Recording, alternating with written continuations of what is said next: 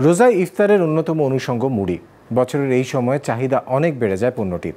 সেই চাহিদা মেটাতে ঝালকাঠি, লক্ষ্মীপুর আর সাতক্ষীরা সহ দেশের বিভিন্ন এলাকায় মুড়ি তৈরির ধুম পড়েছে।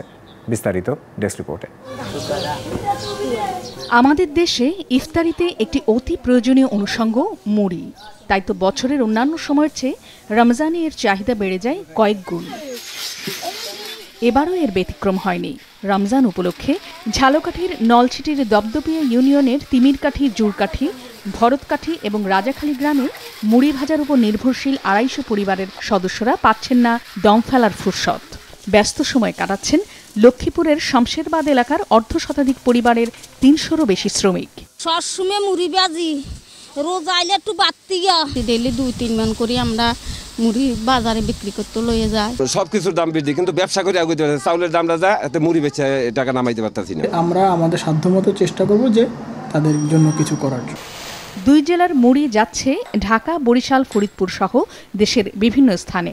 প্রতিমন মুড়ি পাইকারি বিক্রি হচ্ছে 4 থেকে 4,500 টাকায়। অন্য মাসে যেমন 30 থেকে 40 বস্তা মুড়ি সাপ্লাই হয়, কিন্তু রমজান মাসে 60 থেকে 70 বস্তা দৈনিকই সাপ্লাই হয়।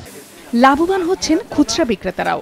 গেল বছর সাতক্ষীরায় এই মৌসুমে প্রতি কেজি মুড়ি 60 থেকে 65 টাকায় বিক্রি হলেও এবার তা বিক্রি করছেন 10 টাকা বেশিতে।